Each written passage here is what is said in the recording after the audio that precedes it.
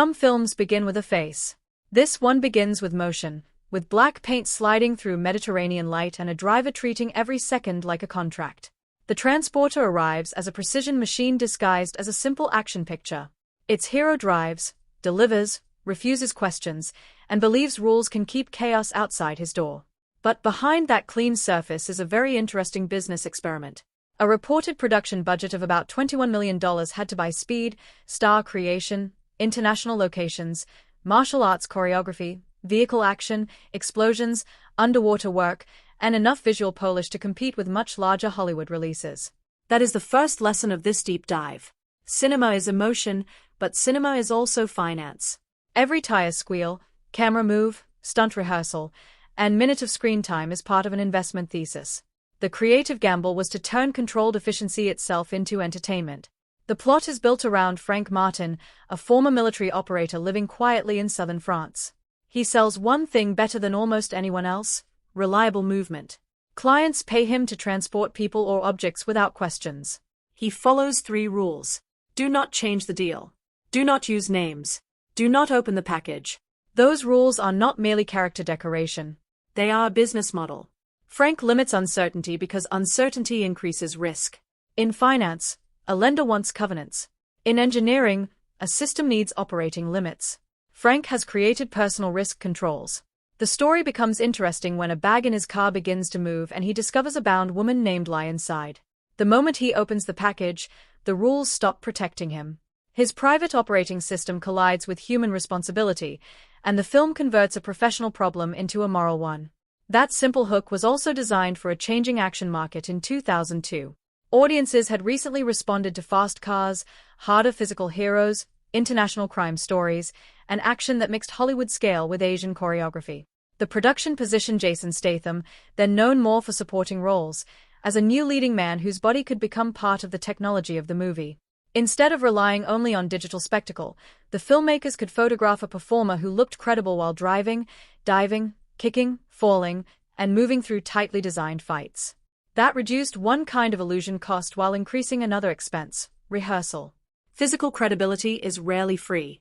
It is purchased with training days, stunt coordination, safety planning, repeated takes, medical precautions, and a schedule that gives choreography time to mature before the camera rolls. The creative structure came from Luc Besson and Robert Mark Kamen, with Corey Yuen bringing Hong Kong action intelligence and Louis Leterrier shaping much of the dramatic material. That collaboration matters because the film behaves like a hybrid company. One part is French production culture, one part is Hollywood distribution logic, and one part is Hong Kong action design. The result is not luxurious in the way of a giant studio tentpole. It is lean.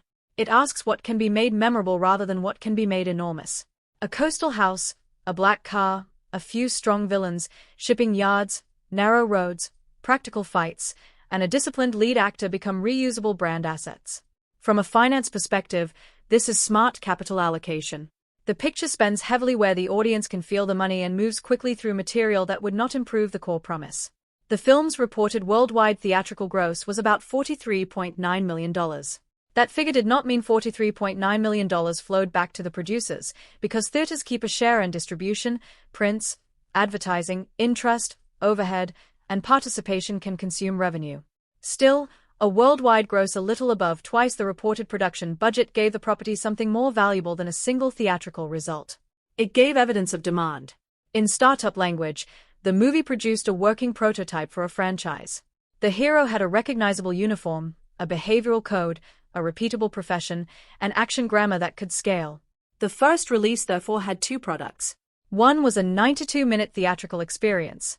The second was an intellectual property platform that could produce sequels, home entertainment value, licensing, television exposure, and long-tail audience discovery. Technology in this production is best understood as a chain of choices rather than a single gadget. The image was captured on 35mm film in Super 35, using an Arriflex 435 and Cooke S4 lenses, then presented in a wide-scope frame. That workflow gave the cinematographer Pierre Morel speed, texture, highlight behavior, and lens character suitable for sunlit roads and darker industrial interiors. Yet the most important technology remained coordination. A car moving at speed, a camera car maintaining position, a stunt performer hitting a mark, an editor preserving geography, and a mixer shaping the engine. Not all have to agree on timing. The audience experiences that agreement as excitement. Psychologically, the opening promise is unusually efficient. Frank is compelling because he appears to have solved his life. His home is controlled. His clothes are controlled. His speech is controlled. His work is controlled. Viewers recognize a fantasy of competence before they know whether they like the man. That is behavioral economics at work. We often assign value to confidence, consistency, and scarcity. Frank does not explain himself, so attention becomes scarce. He does not negotiate emotionally, so approval becomes scarce. The movie makes us invest curiosity in him. Then Lai introduces volatility. She is not just a person in danger. She is the variable his model cannot price. The emotional engine comes from watching a man who treats life like a contract discover that some obligations are not written down. So the overview is more than a plot about a driver trapped in criminal trouble. It is a study of how a modestly budgeted action film can turn discipline into spectacle. The budget buys practical sensation. The casting turns athletic skill into production value. The international locations create visual richness without requiring fantasy worlds. The rules give the hero instant brand identity. The criminal conspiracy supplies urgency, while the relationship between Frank and Lai gives the machinery a human center. Most importantly, the movie understands that ROI is not only measured at the ticket window. Return can also mean a star launched, a visual language established, a franchise proven, and an audience trained to recognize a character within seconds. That is how Hollywood, and in this case European production working with Hollywood distribution, can build emotion, profit, and innovation at the same time. The first half works like a startup prototype that has already survived several private tests. Before the main conflict arrives, the film demonstrates Frank's product. A group of bank robbers expects a getaway driver. They bring one more passenger than the agreement allows. Frank refuses to move because the added weight changes the calculation. It sounds absurdly precise, but it instantly shows his operating philosophy. He has modeled the route, the vehicle, the timing, and the load. When the criminals solve the problem brutally, he drives. The chase that follows is not merely action. It is a sales demonstration. The movie proves the hero's competence before asking us to care about his morality. This is strong pacing ROI because one sequence performs several jobs at once: character introduction, world building, stunt showcase, tone setting, and audience trust creation. Notice how little exposition is required. Frank does not deliver a speech about his past. The screenplay lets behavior do the accounting. He checks his watch. He counts passengers. He understands the roads. He anticipates police movement. When the robbers later offer more money for an extra service, he refuses because the deal has ended. This is a useful psychology lesson. People often trust systems that behave consistently, even when the system is cold.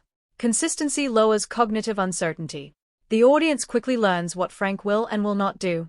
That predictability creates emotional security, which is then valuable because the story will soon destroy it.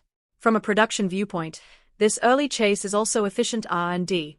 It tests the vehicle language, stunt rhythm, editing speed, and lead actors' physical screen presence before the narrative moves into higher emotional risk. Inspector Tarconi then enters almost like a regulator studying a suspicious but well-run company. He knows something is wrong, yet he does not have enough evidence.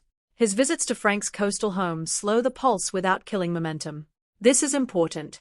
Action films that only accelerate eventually flatten their own excitement. A quiet scene allows the previous chase to settle and gives the next burst more value. Tarconi's intelligence also prevents the police from becoming faceless obstacles. He and Frank recognize competence in each other. Their conversations create a secondary market of tension because the viewer wonders whether law enforcement will expose Frank before criminal violence does. The production gets substantial narrative return from a house, 2 actors, and dialogue. That is good budget discipline. Expensive motion is alternated with inexpensive pressure. The real prototype failure begins with the delivery for the American criminal called Wall Street. Frank loads a large bag and drives. A flat tire forces him to stop. The bag moves. For the first time, Rule 3 becomes emotionally expensive. If he refuses to look, he preserves his professional code but may ignore suffering. If he opens the bag, he protects his conscience but destroys the risk boundary that made his business possible. He opens it and finds Lai bound inside. This is the film's central product test. The rules were designed for packages, but a human being cannot remain a package once her face is seen. Behavioral economics calls this movement from abstraction to identifiable human impact. Statistics can remain distant. A single visible person changes decision-making. The screenplay uses that principle with almost laboratory clarity. Frank briefly gives Lai water and then tries to restore the old system. He delivers her anyway. That choice matters because the film does not make moral transformation instant. People protect existing identities even when new evidence challenges them. Frank has invested years in being the man who never asks questions. Admitting that the rules are wrong would also mean admitting that his earlier work may have helped harmful people. That is a form of sunk cost pressure. So he attempts to keep the contract alive. Yet Wall Street senses the breach, and soon a bomb destroys Frank's car. The criminal market has its own logic. Once confidentiality is uncertain, the contractor becomes a liability. In pure finance language, Frank's risk model fails because he treated information as something he could avoid owning. The moment he knows too much, the value of silence disappears. His response is immediate and physical. He returns to the criminal operation, attacks the men connected to the bombing, takes another vehicle, and ends up with Lai again. This is where the first half converts from professional thriller into reluctant partnership. The action choreography is doing emotional work.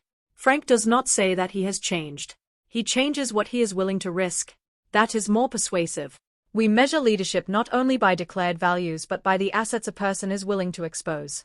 Frank begins spending his most precious capital, which is personal safety, on a problem he did not create. The film keeps the language simple enough for mass audiences while quietly deepening the equation. What began as a delivery fee has become an ethical debt. Back at the house, Lai disrupts the physical order that represents Frank's mental order.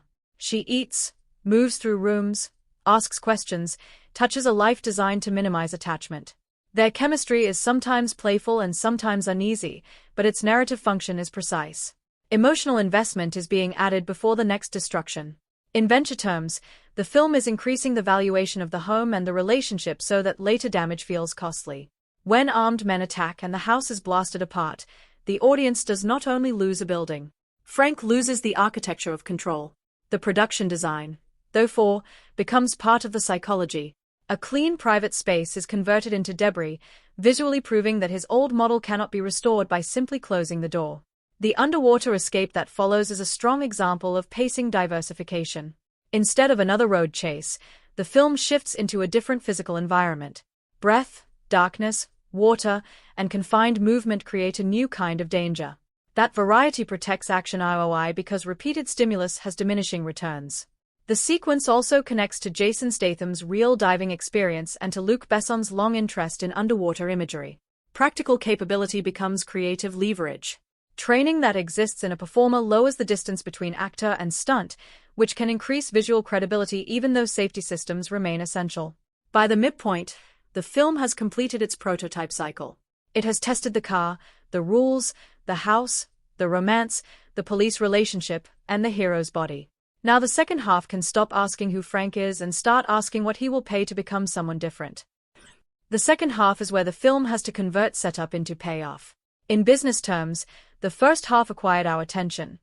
The second half must retain it and prove that the emotional promise has product-market fit. Lai reveals that the criminal operation is larger than one kidnapping. Hundreds of Chinese migrants are being moved in shipping containers and sold into exploitation. The scale changes the moral accounting.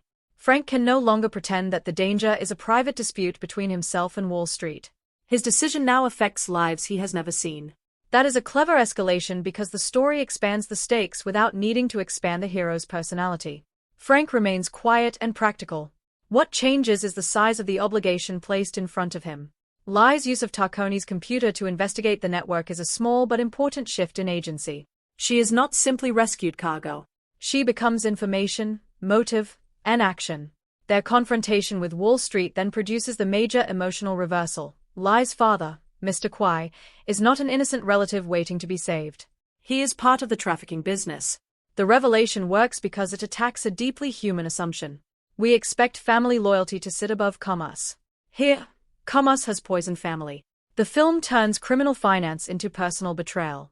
Lai's father has treated human beings as inventory and, in effect, treated his own daughter as a manageable cost. That is the darkest version of the same logic Frank used at the beginning when he tried to reduce moral uncertainty by calling everything a package. Tarconi arrives and the villains use legal appearances against Frank. He is arrested, and the pacing temporarily compresses again. This pause is valuable. A weaker action picture might solve every problem through another punch.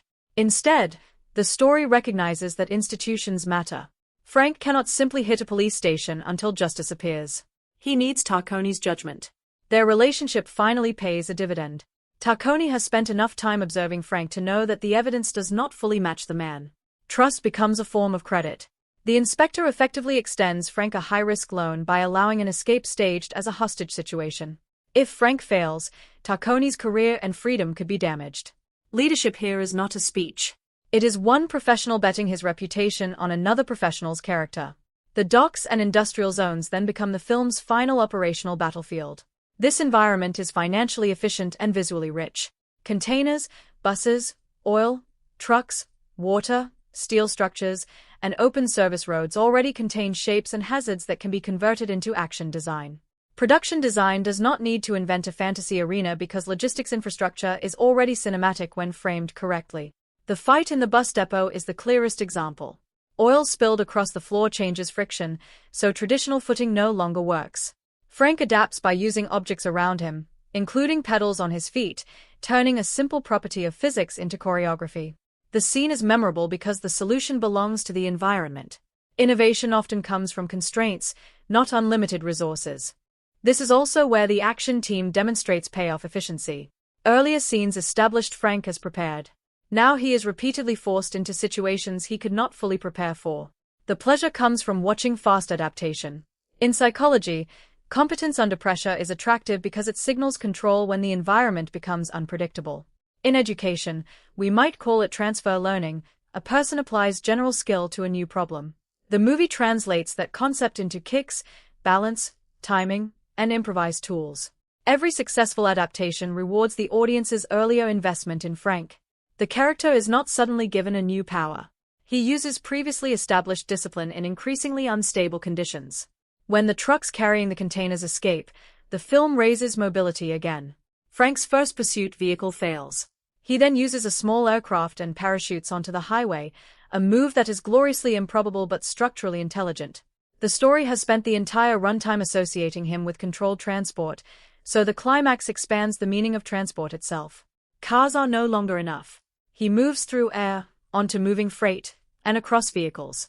The action escalates vertically as well as horizontally. Bigger can mean changing the geometry of the problem. The audience gets novelty without abandoning the central brand promise of motion, timing, and delivery. The moving truck fight is the final test of the hero's professional identity. A truck is a machine built to carry cargo from one point to another, which makes it an ideal symbolic arena. Frank began the story as a man who would transport anything without asking what it meant. He now risks his life on top of a vehicle because the cargo matters. The same profession has been morally reversed. Wall Street, meanwhile, embodies a market without ethics. His nickname makes the metaphor almost impossible to miss, but the film does not need a political argument to make its point. Finance itself is neutral. The question is what human values govern it. Profit without moral boundaries becomes predation. Discipline without empathy becomes complicity. Frank's growth comes from combining his professional precision with a newly accepted duty to care. The ending gives Lie the decisive action against her father. That matters psychologically. Frank can defeat guards and outdrive criminals, but he cannot resolve the deepest wound in her family for her.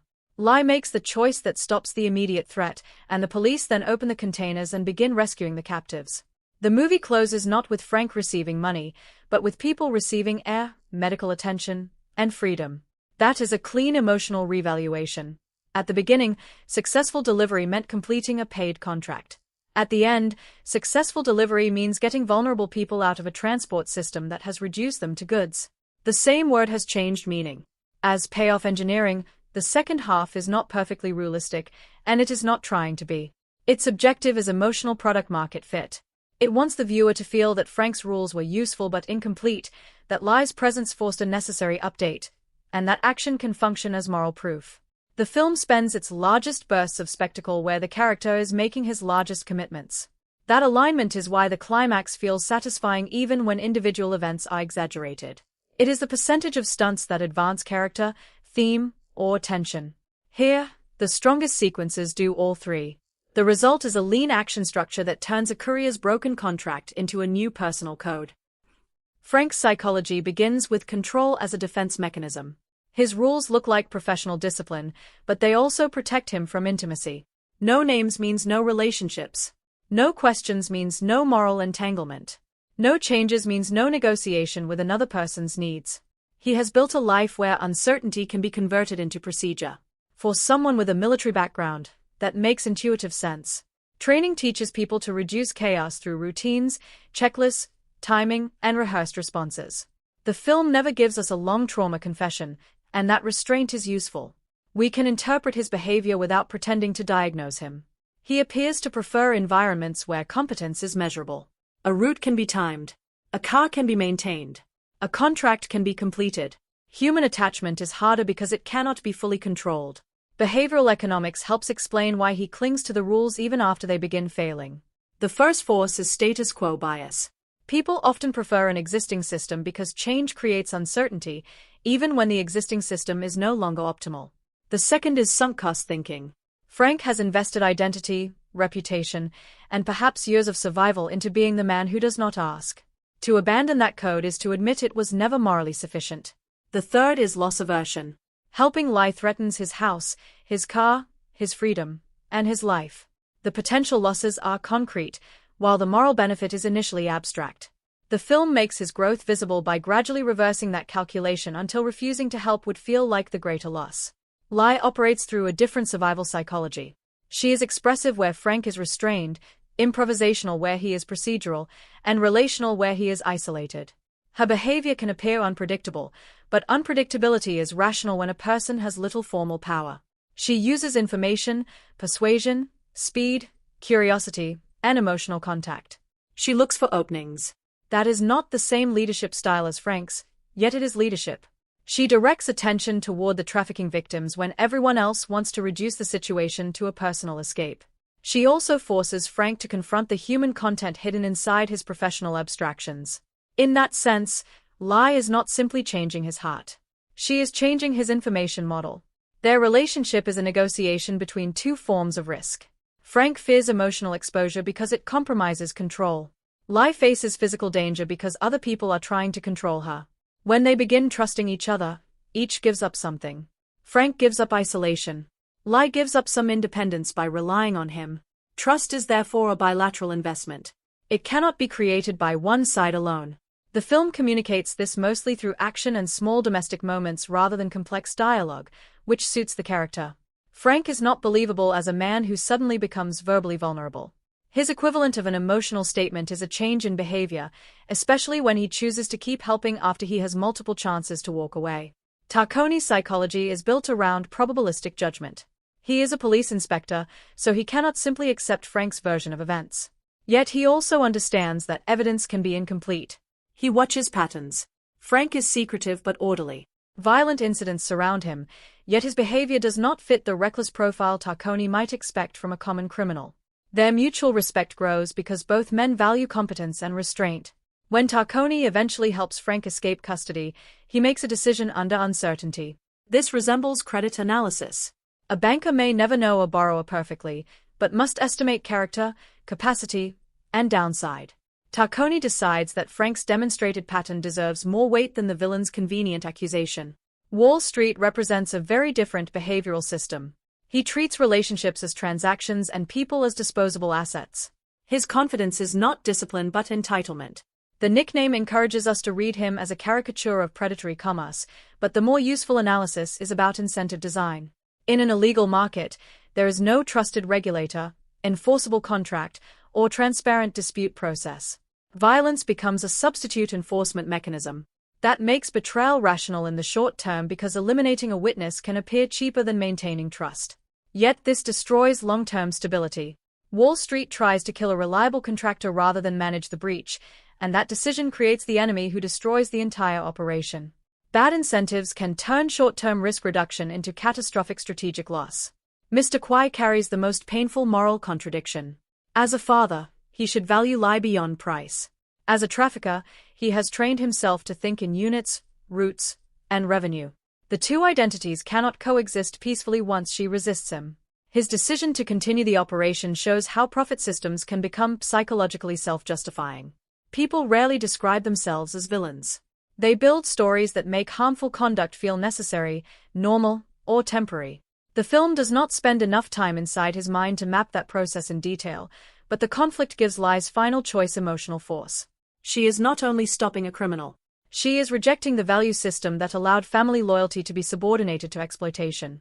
Leadership pressure across the film is therefore less about commanding teams and more about deciding what rules deserve obedience. Frank begins as a perfect executor of rules he wrote for himself. He ends by understanding that a rule is only as good as the human purpose behind it. This is a valuable management lesson. Procedures protect organizations from impulsive decisions, but procedures can become dangerous when people treat them as substitutes for judgment. A compliance checklist cannot rescue an unethical business model. A beautifully optimized system can still optimize the wrong outcome. Frank's journey is the movement from procedural intelligence to moral intelligence. That is why the character works despite minimal backstory. The movie gives us a behavioral equation we can observe in real time. Control plus distance equals safety, until Lai proves that distance has a cost. Competence plus empathy then becomes a stronger operating model. This is not a rejection of discipline. It is an upgrade. Frank still plans, drives, fights, measures, and keeps his word. What changes is the definition of responsibility. The film's psychology becomes most satisfying when viewed this way. The hero does not learn to become less precise. He learns what precision is for. A machine can be efficient without being wise. A person becomes trustworthy when efficiency serves a value larger than self-protection. A financial autopsy begins with the reported production budget of about $21 million. That number is useful, but only if we understand what it does and does not mean. A production budget generally covers the cost of making the picture, including cast, crew, locations, sets, vehicles, stunts, equipment, insurance, editing, music, and other production expenses. It does not automatically include every dollar later spent to distribute and market the release around the world. So when the worldwide theatrical gross reached about $43.9 million, the simple calculation of gross minus budget would be misleading. Theaters retain part of ticket sales, distributors collect fees and recoup expenses, and different territories can return different shares.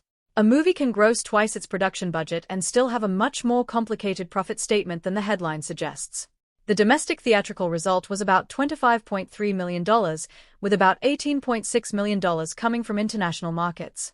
That geographic mix is important because the film itself was designed as an international product. The French locations, British lead, Taiwanese star, American villain, Hong Kong action influence, and English-language dialogue made the package legible across borders. In portfolio terms, international appeal reduces dependence on one national audience. It can also strengthen later television and home entertainment licensing. A distributor does not only ask whether one weekend is profitable.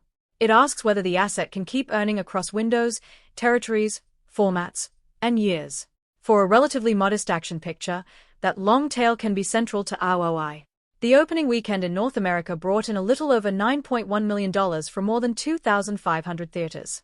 That is not a blockbuster opening by giant studio standards, but context changes the interpretation. Against a $21 million production budget, the opening proved that a meaningful audience existed for a new action lead and an original property. The movie did not need to sell hundreds of millions of tickets to validate its central idea. It needed enough demand to show that the character, tone, and action language could be monetized again. A sequel arrived a few years later with a larger commercial footprint, demonstrating that the first film functioned partly as customer acquisition for a franchise. This is where EBITDA logic can be useful as an educational analogy, even though film accounting is not identical to a normal operating company. Imagine the movie as a project company.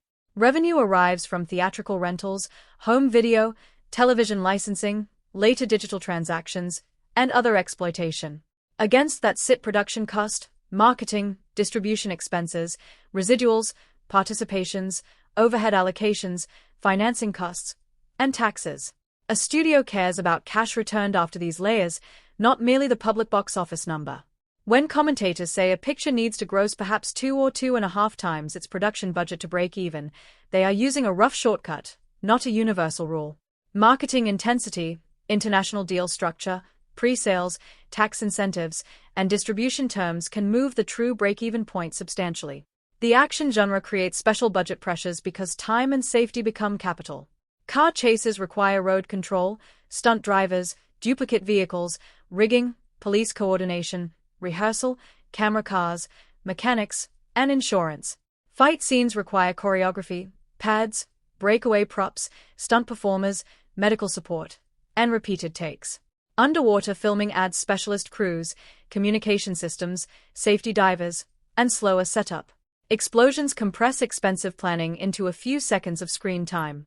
A $21 million budget therefore has to be allocated with discipline. The production cannot behave as if every scene is equally valuable. It must identify the moments that sell the movie and concentrate resources there. Casting Jason Statham as the lead was a particularly interesting piece of financial engineering. He was not yet priced like an established global action superstar, but he brought athletic credibility, a distinctive face, prior screen recognition, and real physical training. If a production can buy emerging star potential before the market fully prices it, that is similar to investing in a growth company before expansion becomes obvious. The risk is that the audience may not accept the performer as a lead. The upside is enormous if the performer becomes part of the brand. This film effectively converted Statham's physical skill set into intellectual property value. The star and the character reinforced each other. Marketing expense is harder to discuss precisely because a verified global campaign total is not publicly standardized in the same way as the production budget. The sensible approach is to examine strategy rather than invent a number. The campaign could sell a clean proposition, a highly skilled driver, a strict code, fast cars, hand-to-hand action, and a mysterious woman who breaks the rules. That is efficient positioning because it can be communicated in a trailer, poster, or television spot without long explanation. Marketing works best when the product has a simple promise. Complexity may enrich the full film, but advertising needs fast comprehension. The black suit, car, shaved head, and controlled posture create a visual logo made from a human body. Home entertainment would have been especially significant in the early 2000s, when DVD was a powerful revenue window. Action movies benefited from repeat viewing, home theater sound, behind-the-scenes features, and the collective behavior that grew around franchises. Later Blu-ray, television, streaming, digital rental, and subscription platforms extended the asset's useful life. This long-tail effect changes how IOI should be interpreted. The theatrical run is not the whole business. It is partly a marketing event that establishes cultural awareness for later windows. A picture that becomes a durable catalog title can keep producing value long after opening weekend advertising has disappeared. The most important finance lesson is that profitability and strategic value are related but not identical. A single project may produce moderate direct profit yet create a star, a franchise, a studio relationship, a sequel opportunity, and a recognizable global brand. Those are option values. They resemble the rights to make future investments under better information.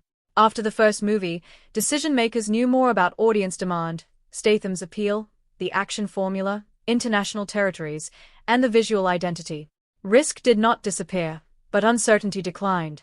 That is why this financial breakdown should not end with a simplistic box office multiple.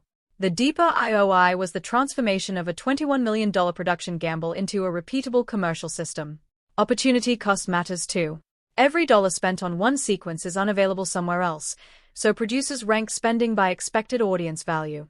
This movie protects the assets audiences can feel most clearly: physical action, star presence, and visual polish. The filmmaking technology is fascinating because the picture was created during a transitional period.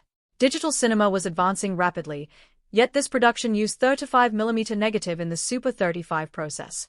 The primary technical record lists an Arriflex 435 camera with Cooke S4 lenses and a wide final aspect ratio around 2.39:1. That combination matters.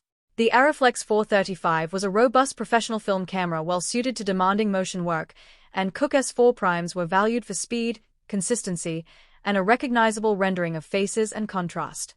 Super 35 allowed the production to capture a wider negative area and later compose the scope image without using anamorphic capture lenses.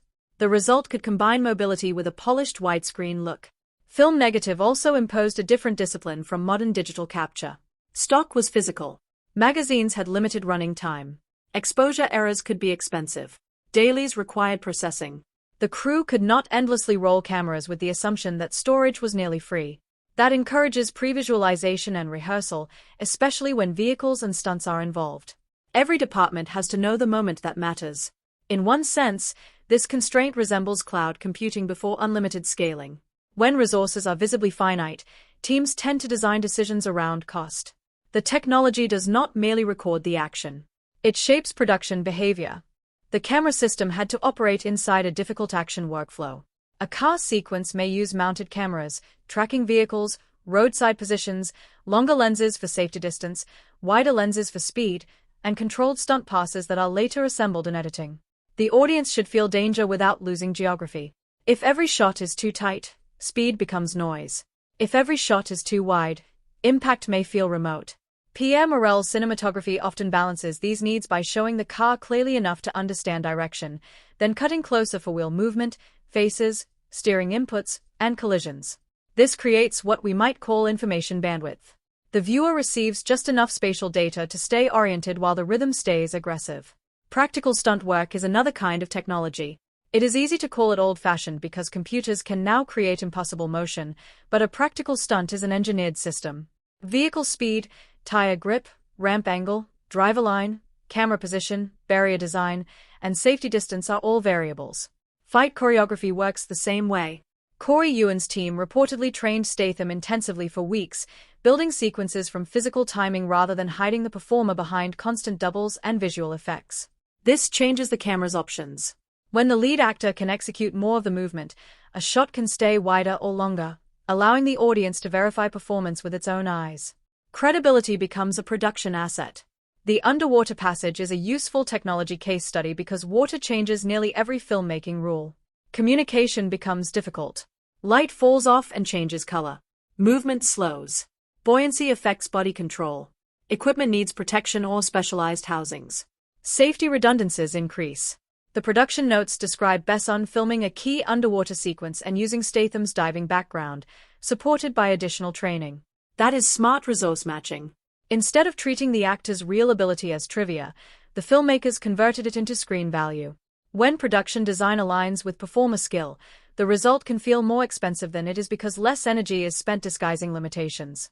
Editing is the invisible machine that turns all this material into a coherent product. Nicholas Trembesiewicz had to integrate dramatic coverage, car action, martial arts, explosions, and moving vehicle stunts into a 92-minute runtime. Good action editing is not simply fast cutting. It is the control of cause and effect. We see a threat, understand a response, feel the impact, and register the new situation. When that chain is clear, the brain experiences speed without confusion. When it is broken, the audience may see many expensive images yet feel little. Editing therefore protects IOI by making sure captured production value is actually readable. The finishing pipeline included laboratory processing and color correction before final release prints. In the early 2000s, digital color tools were increasingly becoming part of feature workflows even when acquisition remained photochemical. The important concept is hybridization. Film capture could preserve the texture and exposure behavior cinematographers liked, while digital tools gave greater control over consistency, contrast, and final presentation. Modern audiences often think of analog and digital as competing camps, but professional filmmaking has long been more pragmatic. The best workflow is the one that delivers the intended image within schedule, budget, and distribution requirements. The sound formats also reveal technological ambition. The technical specifications list multiple theatrical surround systems, including DTS and Dolby variants as well as SDDS. That meant the final mix needed to translate across different cinema installations. Engines could move through the sound field, impacts could have low-frequency weight, and music could surround the audience without burying dialogue. Translation is an underrated part of technology. A film is not experienced in the mixing stage. It is experienced in thousands of rooms with different speakers, projectors, screens, and maintenance standards. Robust delivery therefore matters as much as creative design. What makes this a useful filmmaking masterclass is the absence of one magical innovation. The innovation is system integration. A physically capable actor, Hong Kong choreography, French locations, Super 35 photography, precise editing, surround sound, practical vehicles, controlled effects, and selective digital finishing are assembled into one coherent experience. No component needs to dominate. The camera supports the stunt. The stunt supports the character. The edit supports the geography. The sound supports the impact. The budget supports the scenes with the highest audience value. Technology becomes most powerful when departments stop behaving like separate inventions and start behaving like parts of the same machine. Camera reliability matters because technical failure can erase the value of a stunt that may be difficult to repeat. Film magazines must be loaded correctly, Focus must survive rapid movement, exposure must hold through changing light, and every camera position must remain safely outside the stunt path. The assistant camera, grip, electrical, stunt, and effects departments therefore form one technology network. A perfect lens is useless if the mark is missed, and a perfect stunt is wasted if the image is unreadable. The same logic applies to visual effects. Even when practical work dominates, digital tools can remove rigs, improve continuity, or complete details that would be unreasonable to achieve physically. The best question is not practical versus digital. It is which method creates the most believable image for the available budget and schedule. Production management turns imagination into a schedule and a schedule into money. For an action picture of this scale, the central equation is simple: time equals capital. Every day of principal photography requires salaries, rentals, transport, meals, permits, insurance, vehicles, facilities, and the opportunity cost of not moving to the next setup. An action day can be especially expensive because preparation consumes hours before a camera records usable material. Roads may need to be controlled. Cars may need resets. Glass may need replacement. Stunt performers need rehearsals. Safety teams need inspection time. A producer cannot simply demand more speed without potentially increasing danger or reducing quality. The real skill is sequencing work so that preparation, shooting, and reset cycles overlap intelligently. The production took advantage of southern France as both story world and economic infrastructure. Nice, Marseille, Cassis, Cannes, Saint-Tropez, and surrounding areas offered roads, coastlines, industrial zones, homes, water, ports, and strong visual identity within a relatively compact region. Geographic clustering can reduce company moves, which are expensive because an entire unit must stop creative work and relocate people and equipment. Location choice is therefore both artistic and financial. A beautiful road is useful. A beautiful road near the next location is more useful. Production management constantly searches for that double return. Hierarchy is essential because filmmaking combines hundreds of specialized decisions under time pressure. Producers protect the finance and overall delivery. Directors protect performance and storytelling. The director of photography manages image execution with camera, grip, and electrical departments. Stunt leadership controls choreography and safety. Assistant directors manage the set schedule and coordinate departments. Production managers watch logistics and expenditure. Editors and post supervisors later convert the captured material into the final master. A good hierarchy does not mean one person knows everything. It means responsibility is clear enough that the right problem reaches the right expert quickly. This picture had an unusual creative structure, with Coy Yuen associated strongly with action direction and Louis Leterrier handling much of the dramatic material, while Luc Besson remained the key producer and co-writer. That could create coordination risk because split authority can lead to competing tones. Yet it can also function like specialist leadership in a company.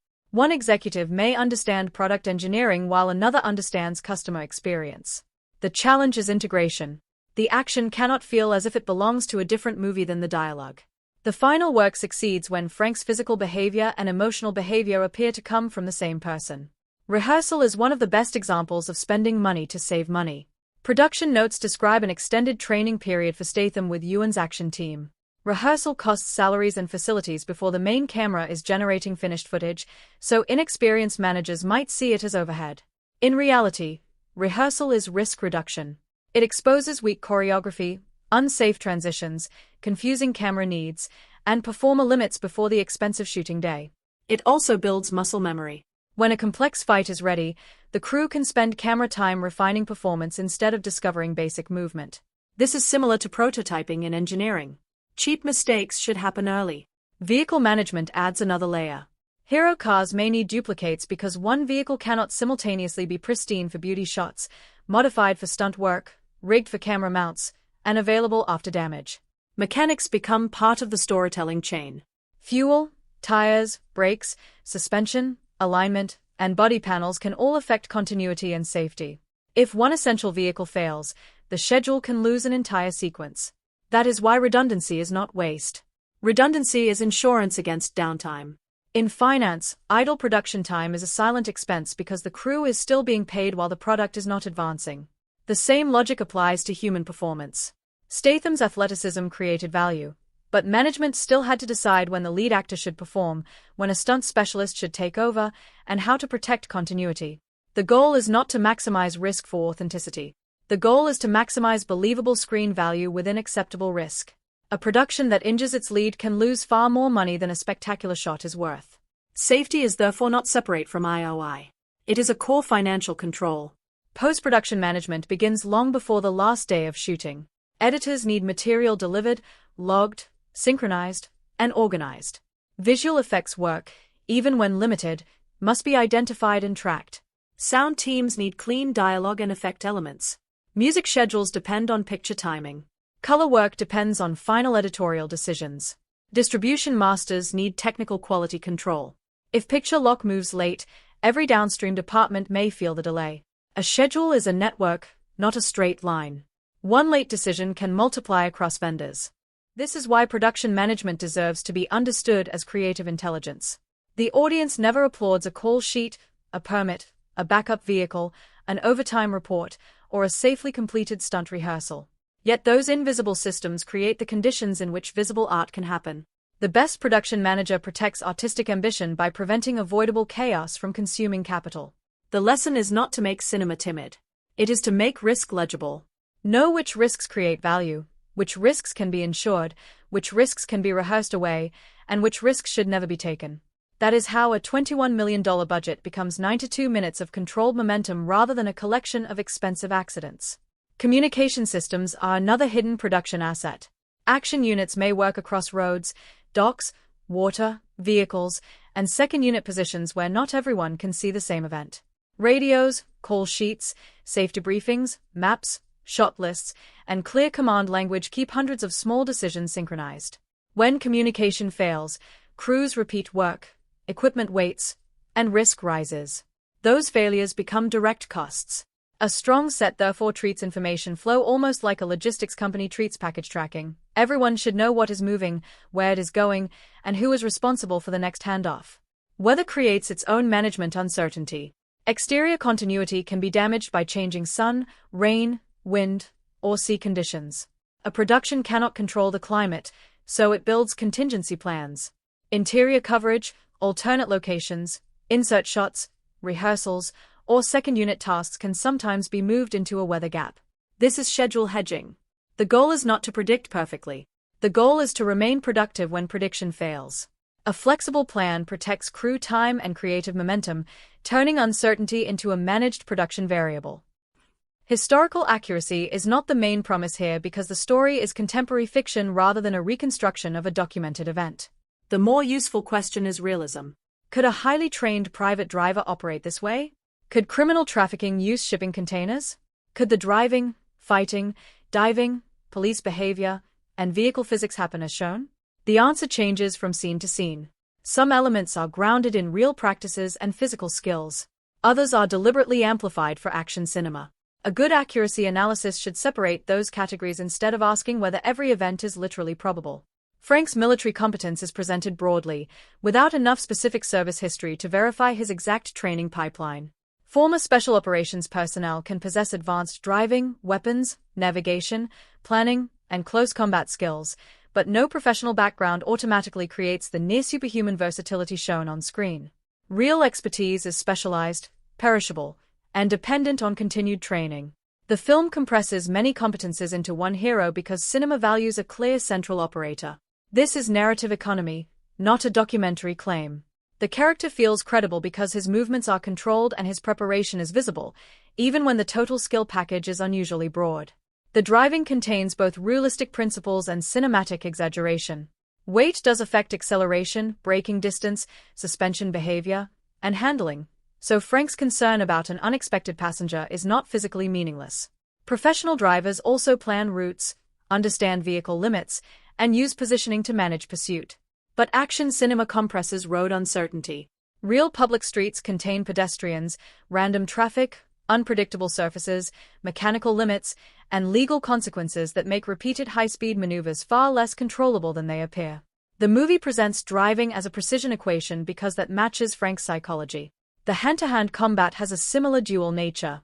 Statham's athletic background and the action team's choreography give movements weight and coordination. Environmental adaptation, balance, distance, and timing are genuine combat concerns. However, one person defeating many attackers in sequence is dramatically simplified. Real group assaults are chaotic. Attackers do not reliably wait for clean exchanges, fatigue accumulates quickly, and small injuries can rapidly reduce performance. The famous oil-covered fight is inventive because it uses friction as a variable, but attaching pedals to the feet and maintaining effective control is more cinematic problem-solving than recommended physics. The underwater escape gains credibility from practical diving knowledge. Breath control, calmness, orientation, and buoyancy are real issues, and the production drew on Statham's strong diving experience. Yet underwater movement in an emergency is dangerous even for trained people. Visibility, entanglement, current, cold, and panic can transform a short distance into a serious risk. The film simplifies these hazards to preserve narrative flow. What it gets right emotionally is that panic is expensive. Divers are trained to manage breathing and avoid uncontrolled reactions because fear can increase air consumption and reduce judgment. The human trafficking plot is sadly grounded in a real category of crime. Criminal networks have used trucks, ships, containers, false documents, coercion, debt, and hidden transport routes to move vulnerable people across borders. But the exact presentation here is stylized.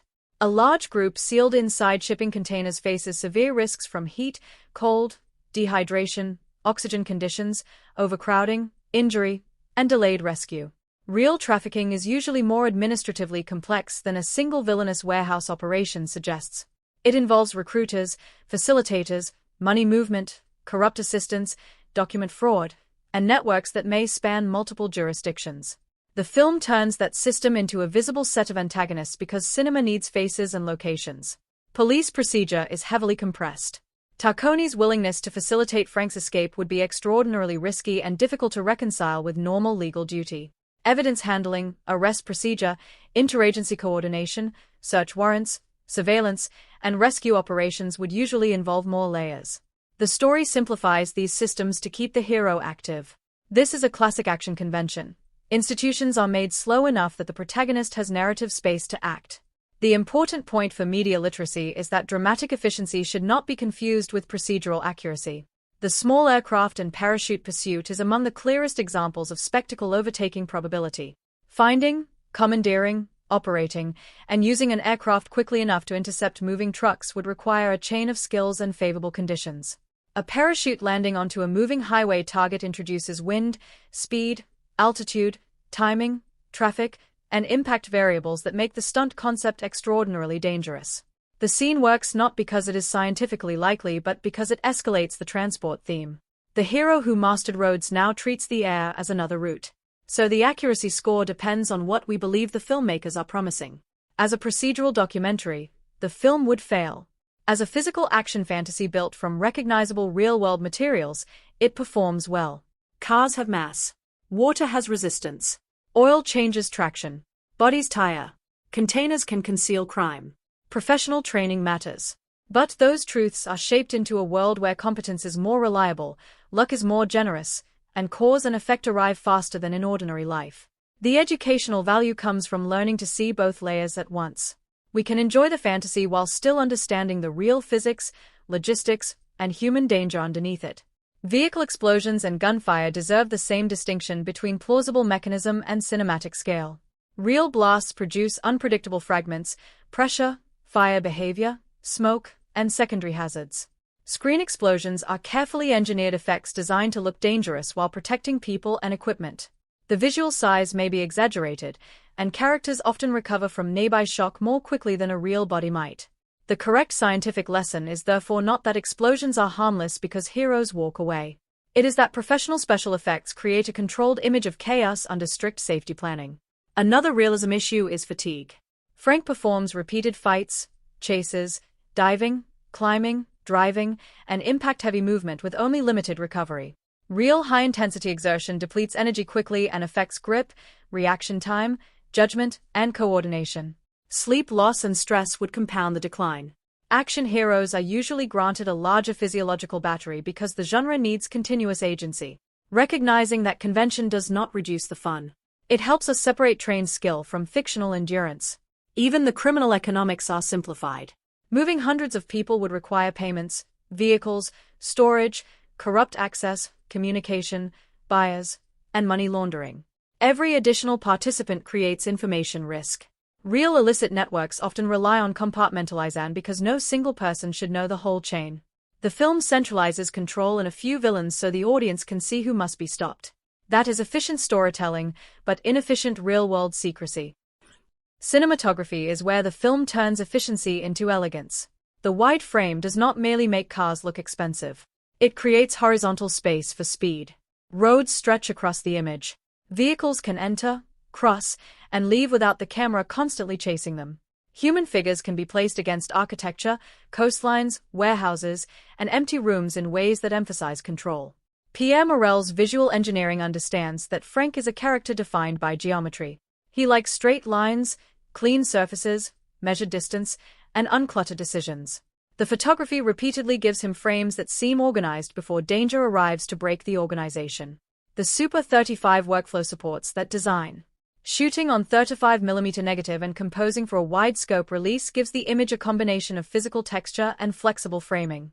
Cooke S4 lenses are known for strong optical performance without making faces feel clinically hard, which is useful in a film that must move between polished action and intimate close-ups. The lenses do not create the story by themselves, of course. Lens choice is one variable among lighting, filtration, exposure, production design, costume, makeup, processing, and color finishing.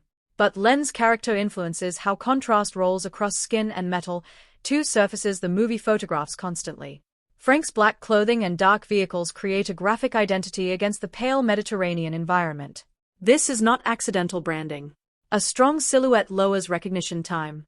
In marketing, a logo should be readable quickly. In cinematography, a character can function the same way. The dark suit, white shirt, controlled posture, and clean car shape separate Frank from sunlit stone, blue water, and industrial backgrounds. The audience can find him immediately within a complex action frame. That is visual UX, or user experience, applied to cinema.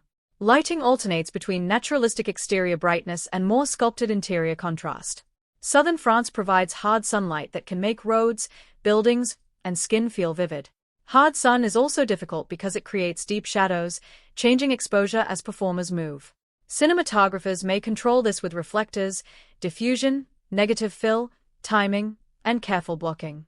The picture often uses the environment rather than fighting it, letting bright coastal space communicate freedom while industrial interiors feel compressed and dangerous. This contrast helps the story without verbal explanation. Open geography belongs to movement. Closed geography belongs to capture. Composition during dialogue is deliberately calmer. Frank is often centered or given clean negative space, reinforcing emotional restraint. Lai introduces asymmetry. She moves more, occupies space differently, and breaks the stillness of his home. As their relationship changes, the visual system becomes less rigid. This is a subtle form of psychology through framing. A director and cinematographer can tell us that a character is losing control without shaking the camera or changing the color of the entire movie. They can simply allow another person into the geometry. Action coverage has a different responsibility. The camera must preserve readable screen direction. When a car moves left to right, the next cut should usually respect that directional logic unless the filmmakers intentionally want disorientation. In fights, the audience needs to understand where bodies are, what object is being used, and why a move succeeds. Corey Ewan's choreography benefits from wider views because the body itself is the effect. Morel's camera frequently gives enough space to watch the movement complete. This is valuable because excessive cutting can hide weak performance but also hide strong performance. When the actor and stunt team have done the work, longer readable shots produce better ROI from that rehearsal. The oil fight is an excellent example of visual engineering under messy conditions. Dark liquid reflects highlights, changes skin texture, and creates a moving pattern on the floor. The scene could become visually unreadable if every surface collapsed into the same dark value. Instead, the choreography, light, and camera angle work together so slipping bodies remain separable from the background. The shiny oil catches light and turns a practical hazard into production value. A material that might normally be a continuity problem becomes the visual concept of the scene. Vehicle photography also depends on lens psychology. A wider lens close to a moving car exaggerates speed because nearby objects cross the frame quickly.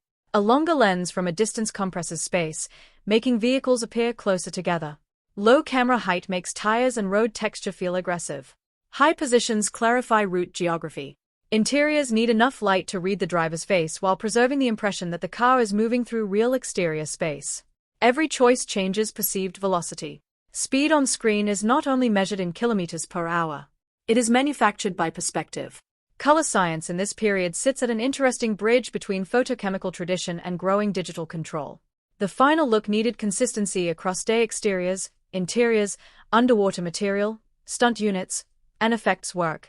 Color correction helps the audience accept footage from different days and departments as one continuous world. This is where technology becomes invisible quality control. If the grade calls attention to itself in every scene, it may compete with the story. Here, the strongest visual identity comes from contrast, environment, costume, and framing rather than a heavy stylized color filter. The cinematography masterclass is therefore about legibility. The picture rarely asks us to admire an image for its own sake. It asks the image to deliver information with style. Where is Frank? What is moving toward him? What does he control? What has invaded his space? Which route is open? Which object can become a weapon? That clarity is a form of visual finance because every photograph stunt only produces value if the audience can understand it. Good visual engineering converts expensive physical effort into readable emotion. The camera is not simply watching the action. It is accounting for it. Camera movement also reveals hierarchy. When Frank is in command, motion often feels motivated by him. The frame follows a route, tracks a vehicle, or observes a complete action. When danger breaks his plan, the shot pattern becomes more reactive. This is not a rigid rule in every scene, but it is a useful way to analyze visual authorship. The camera can make a character feel like the cause of movement or the victim of movement. That difference influences perceived power. Production design and cinematography cooperate especially well around reflective surfaces. Car paint, glass, water, oil, and polished interiors can either create distracting glare or become graphic highlights. Controlling reflection requires flags, angle changes, polarizing choices, light placement, and patience. The final image may look effortless, but reflective objects are technically demanding. What looks like luxury on screen often comes from very practical optical problem solving. Sound is the invisible suspension system of this movie. The picture can show a car turning, but sound gives the turn weight. Tire texture, engine revs, transmission changes, wind, impacts, body movement, glass, weapons, water, clothing, and room tone all tell the nervous system how much force is present. If these elements are weak, even expensive visuals can feel light. If they are shaped carefully, a relatively simple image can feel dangerous. That is why sound design is a financial multiplier. It increases the perceived value of material already photographed. The theatrical technical specifications included advanced surround formats of the era, including DTS variants, Dolby Digital formats, and SDDS. The practical implication is that the mix had to work spatially. A pursuit vehicle could approach from behind, cross the front sound stage, and disappear into the distance. Gunfire and impacts could be given directional placement.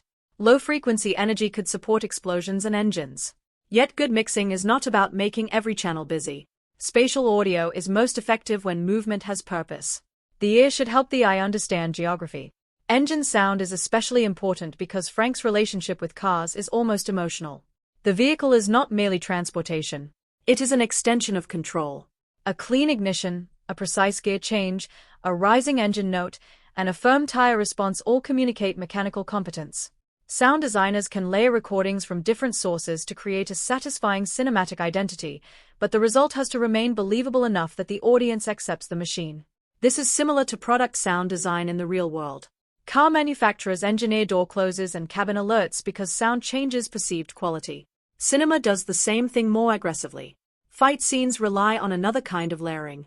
A real punch does not always create the dramatic sound audiences expect, so editors and mixers combine body impacts, cloth movement, footsteps, grunts, surface contact, and environmental effects. The goal is not scientific measurement. It is emotional translation. A hit must feel distinct from a kick. A fall onto metal should feel different from a fall onto wood. When Frank uses an improvised object, the object needs its own sonic signature. This helps the brain track cause and effect during fast choreography. Silence and reduction are equally important. Frank's personality depends on restraint, so scenes around him often benefit from controlled sonic space. A quieter room makes a small sound feel meaningful. A clock, a footstep, a door, or a distant engine can become a warning.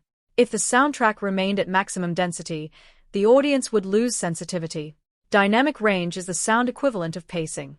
Loudness has value because quietness creates contrast. This is a fundamental production lesson.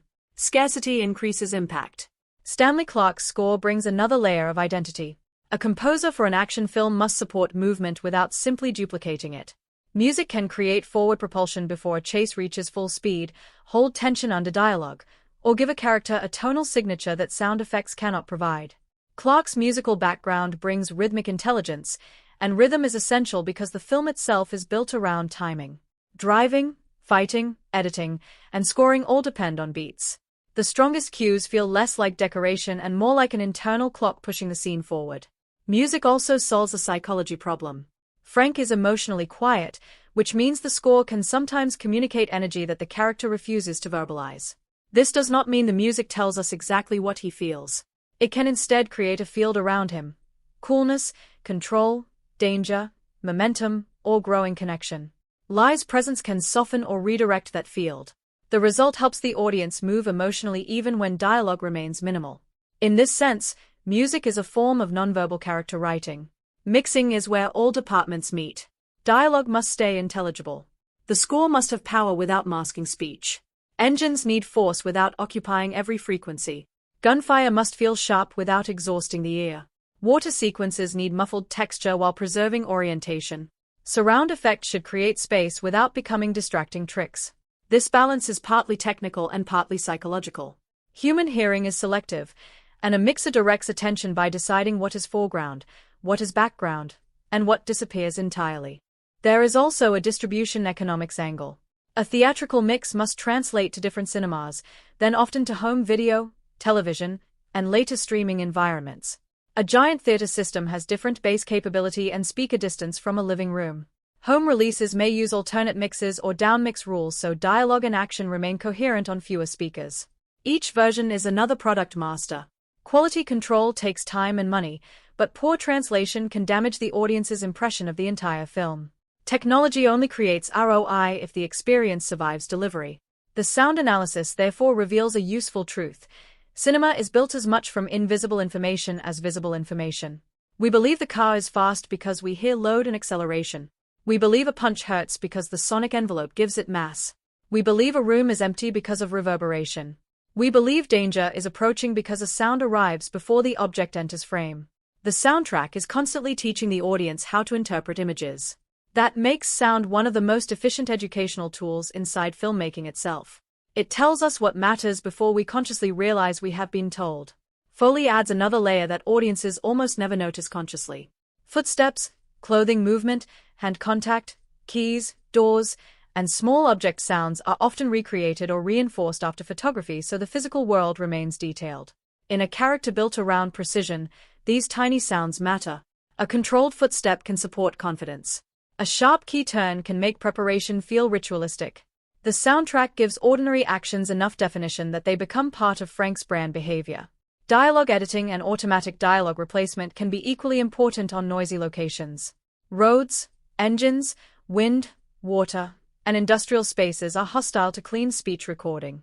Production sound teams capture the best possible material, but post-production may need to repair, replace, or blend lines. The challenge is invisibility. If the voice suddenly sounds like it was recorded in a quiet booth, the illusion breaks. Successful audio post makes repaired material feel as though it always belonged in the photograph space. Music licensing and score production also carry financial consequences. Musicians, recording facilities, orchestration, rights, editing, and mix time all belong to the cost structure. A score must arrive on schedule because late music compresses the final mix. Creative inspiration therefore operates inside a delivery calendar. Even emotion has a deadline. Marketing begins with a difficult question. What exactly is the product?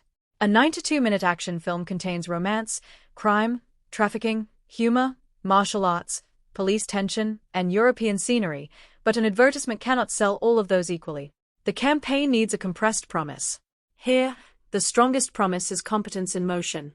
A controlled driver, a black car, a strict set of rules, a dangerous package, and physical action can be understood within seconds. That clarity is extremely valuable because attention is expensive.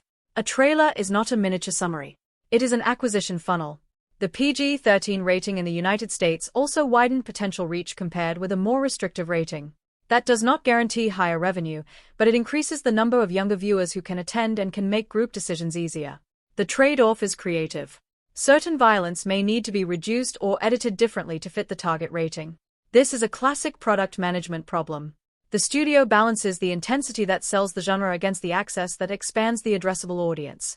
Rating strategy therefore sits at the intersection of art, regulation, and finance.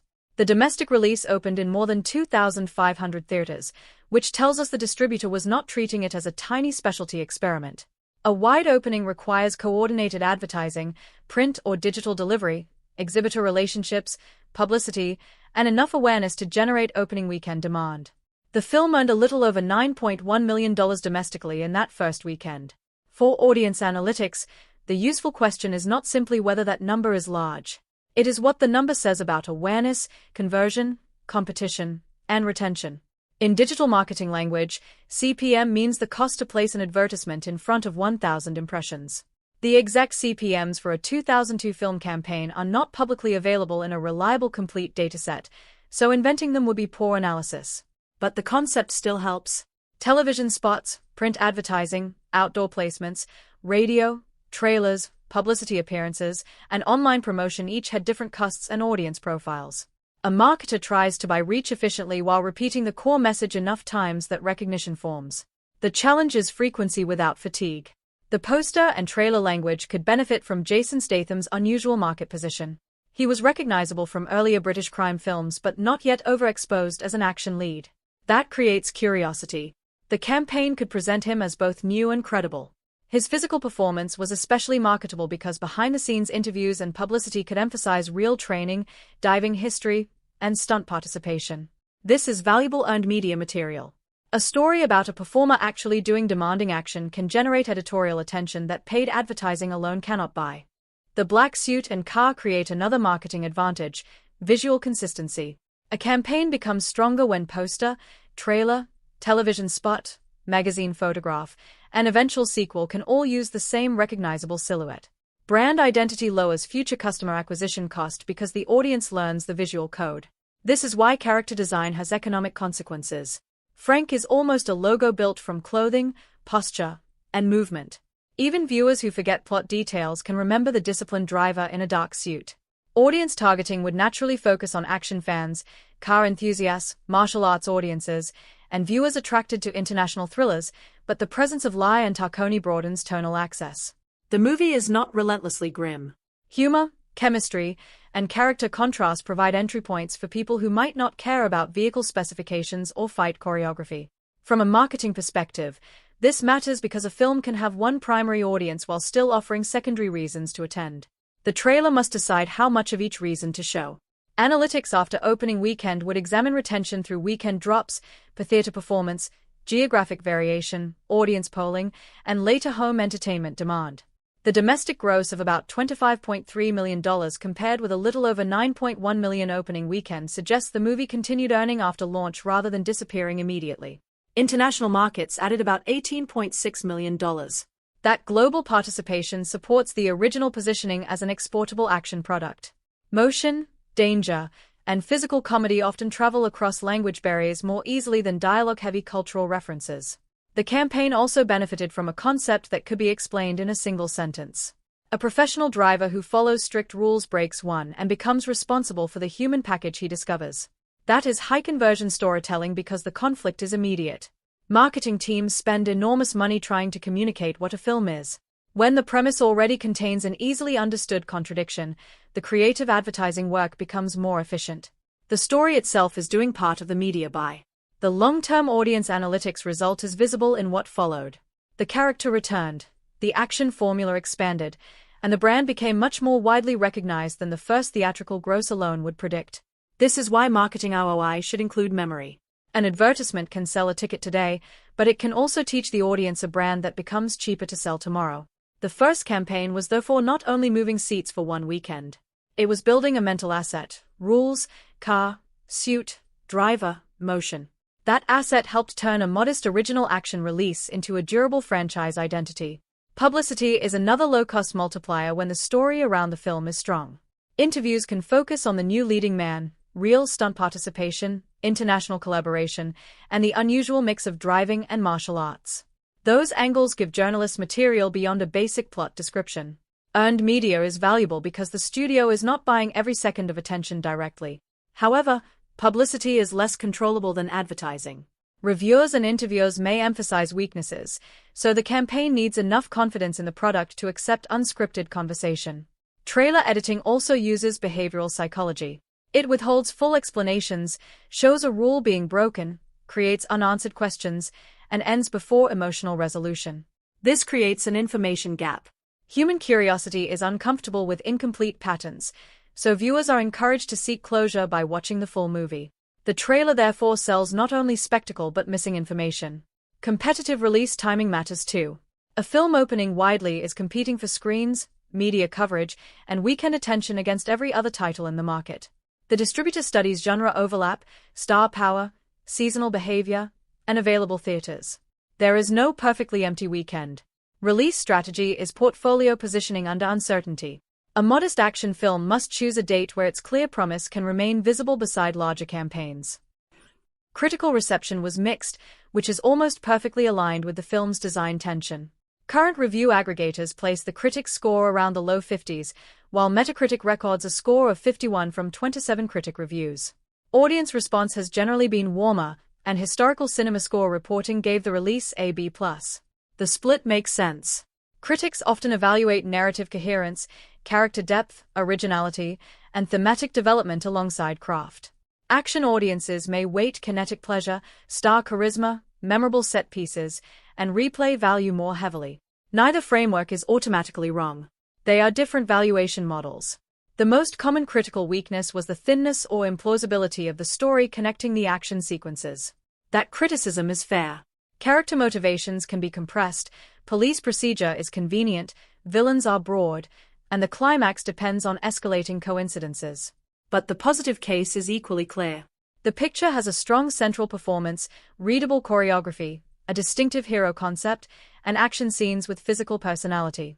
The oil fight, the opening escape, the underwater passage, and the moving truck climax are not interchangeable spectacle. Each has its own material logic. That gives the film memory. Awards were never the primary business model. This was not positioned as a prestige drama designed around festival prizes or acting trophies. Its legacy had to be measured differently. Did it create a star? Did it create a repeatable character? Did audiences remember the rules? Did distributors believe a sequel could grow? Did later filmmakers and marketers recognize commercial value in the formula? On those measures, the picture performed far better than a simple awards count would suggest. Cinema has multiple scoreboards. The most obvious legacy is Jason Statham's transformation into a durable action lead. A star is an unusual financial asset because the product and the marketing channel can become the same person. Once audiences associate an actor with competence, physical credibility, and a certain emotional temperature, future projects can communicate genre quickly. Statham later built a career across action franchises and thrillers where his screen identity itself became part of the pitch. This film did not invent every element of that identity, but it concentrated them into a highly portable form. The franchise outcome reinforces the point. Sequels followed with larger global theatrical results, and the property eventually expanded beyond the original cycle. That means the first movie generated option value. It gave producers evidence that more capital could be deployed into the same brand with reduced uncertainty. The sequel could increase spectacle because the audience no longer needed to be taught the basic character concept from zero. In finance, that is similar to a company that has already paid the cost of building customer awareness and can now launch a second product into an existing market. The action style also belongs to a larger early 2000s convergence between Hong Kong choreography, European production, and Hollywood distribution. The film is useful as a historical marker because it shows action grammar moving across industries. Wider shots that respect performer skill, fast but readable editing, environmental weapons, vehicle spectacle, and a cool minimalist hero became increasingly familiar combinations. Cultural exchange in filmmaking often appears not through speeches but through technique. A stunt idea travels. A camera rhythm travels. A casting model travels. Eventually the hybrid stops feeling foreign and becomes part of mainstream cinematic language. There is a technological legacy as well. The production sits close to the end of an era when mid-budget action films could still rely heavily on 35mm acquisition while digital post-production was becoming more powerful. Looking back, the workflow feels transitional rather than primitive. Practical action, film capture, digital color tools, surround sound, and targeted visual effects coexisted. Modern productions may use different sensors and post pipelines, but the core engineering lesson remains relevant. Photograph real performance clearly, use effects where they add value, and let editing preserve physical cause and effect. The story's moral legacy is simpler but durable. Frank's rules became memorable because they are easy to repeat, and easy-to-repeat ideas have cultural staying power. Yet the film also demonstrates why a brand rule needs narrative pressure. If Frank never broke the rules, there would be no story. A brand becomes interesting when its defining promise encounters a contradiction. This is true in writing and in business. A company that says it values speed becomes interesting when safety demands delay. A character who says he never opens the package becomes interesting when the package is alive. My legacy forecast is that the picture will continue to be remembered less as a perfectly constructed thriller and more as an efficient origin point. Its flaws are visible, but so is its commercial intelligence. It discovered an actor-character match, built a clear visual identity, mixed international creative traditions, and delivered enough theatrical revenue to justify further investment. That makes it a valuable case study in how cultural value can grow beyond initial reviews. In a long-horizon analysis, legacy is simply ROI measured in memory. Box office is counted in dollars. Critical response is counted in scores. Awards are counted in trophies. But memory is counted in how quickly an image or behavior can reactivate the entire property in the mind. A dark suit. A precise driver. A rule about the deal. A moving package. Those elements remained legible long after the opening weekend charts disappeared. That is why the movie still has educational value for filmmakers and producers. It shows how a compact concept can survive mixed reviews and become commercially larger than its first release.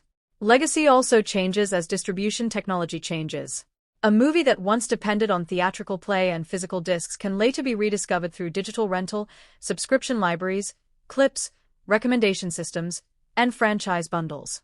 Each new platform can introduce the original film to viewers who were not old enough to see the first release. This creates a recurring discovery cycle. Catalog value therefore depends partly on whether the central concept remains understandable without its original cultural context. Frank's rules and profession pass that test well. Critical opinion can also soften or harden over time as audiences learn what a film influenced. A work that seemed lightweight at release may later appear important because it revealed a star, a production model, or a genre transition. That does not require rewriting the original reviews. It means historical value and immediate critical value answer different questions. The first asks, did this work shape what came later? The second asks, how well did it satisfy standards at release? A complete analysis should preserve both. We end where the story began, with a man who believes value comes from perfect delivery. At first, Frank's world is beautifully measurable. Distance can be mapped. Weight can be calculated. Time can be priced. Risk can be controlled through rules. That is the dream of every efficient system. But human life keeps introducing variables that refuse to stay inside the spreadsheet. Lie is the variable that changes everything. She turns a package into a person, a contract into a conscience, and a driver into someone who must decide what his precision is worth when money is no longer the reward. This is the central harmony between art, technology, and capital. Art gives the machinery meaning. Technology makes the machinery visible and audible. Capital creates the conditions in which hundreds of specialists can build the machinery at professional scale. Remove art and the movie becomes a stunt reel. Remove technology and the ambition cannot be translated into believable sensation. Remove capital and there is no safe schedule, no controlled road, no processed film, no trained stunt team, no final sound mix, and no worldwide distribution. Cinema works because these systems negotiate with one another. The reported $21 million budget is therefore not simply a number to admire or criticize. It is a map of choices. Some of that money becomes labor. Some becomes time. Some becomes safety. Some becomes vehicles, locations, film stock, lighting, sets, costumes, sound, editing, music, insurance, and post-production. The art of producing is deciding which expenditures the audience will actually feel. This picture spends where motion matters. It keeps the story simple enough that the action can carry meaning. That is not always elegant screenwriting, but it is disciplined product design. The worldwide theatrical gross of about $43.9 million shows a result that was meaningful without being enormous. The deeper financial story is what happened after the first release. A lead actor became strongly identified with a new action persona. A franchise became viable. A visual language became repeatable. Later windows kept the title circulating. The first investment created options for larger future investments. That is one of the great hidden engines of Hollywood and international commercial cinema. A movie can be both a finished work and a prototype for future value. Technology gave the film its physical confidence. 35mm Super 35 photography, the Aeroflex camera system, Cook lenses, practical vehicle work, rehearsed fights, underwater production, editorial precision, color finishing, and theatrical surround sound all contributed to one sensation: control. Even when the plot becomes improbable, the craft often feels deliberate. That matters because audiences are willing to accept exaggeration when the filmmaking itself appears competent. Believability is not the same thing as realism. Believability is the trust that the movie knows what kind of experience it is building. Psychology gave the spectacle its emotional engine. Frank is satisfying because his transformation does not require him to become a different species of person. He remains quiet, disciplined, and capable. He simply changes the object of his discipline. At the beginning, he uses competence to protect himself from other people's problems. By the end, he uses competence to take responsibility for people who cannot protect themselves. That is a subtle but important leadership lesson. Growth does not always mean abandoning your strongest trait. Sometimes it means giving that trait a better purpose.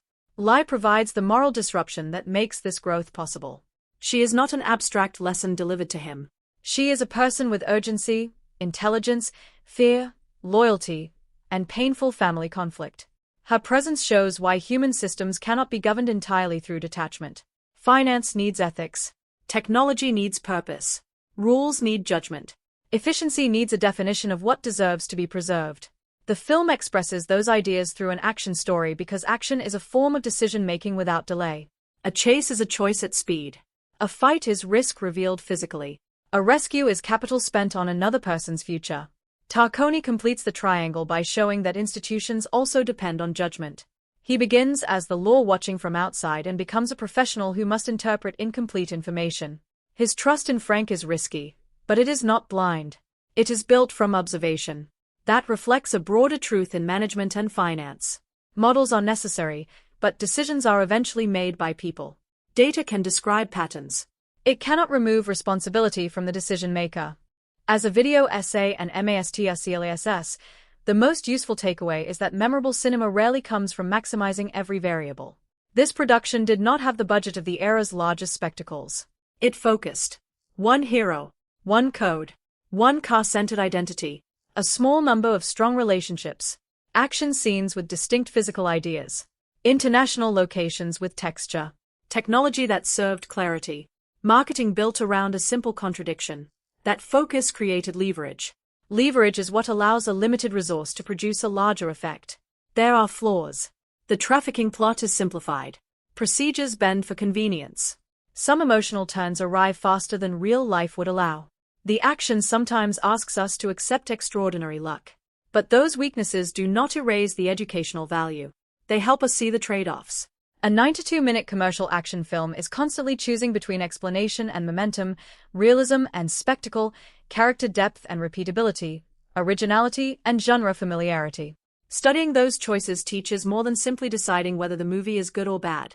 That is also why this study belongs in a conversation about cinematic intelligence. The movie is not valuable because every decision is perfect. It is valuable because its decisions are visible enough to examine. We can see budget discipline, technology choices, audience positioning, behavioral design, and physical craft interacting in real time. The entertainment becomes a classroom without losing the pleasure of movement. The final image of value is not the car, the contract, or the money. It is freedom being restored to people who were treated as cargo. That is why the ending quietly corrects the opening philosophy. Delivery is not meaningful because it is efficient. Delivery is meaningful because of what, or whom, arrives safely. The best systems are not the ones with the fewest emotions. They are the ones precise enough to protect what matters. That is the harmony this film reaches at its strongest. ART gives us a reason to care, technology gives caring a physical form, and capital gives skilled people the resources to build that form at scale. If you found this deep dive meaningful, My literature-loving friends, consider liking and subscribing so we can keep decoding the business and beauty of cinema together.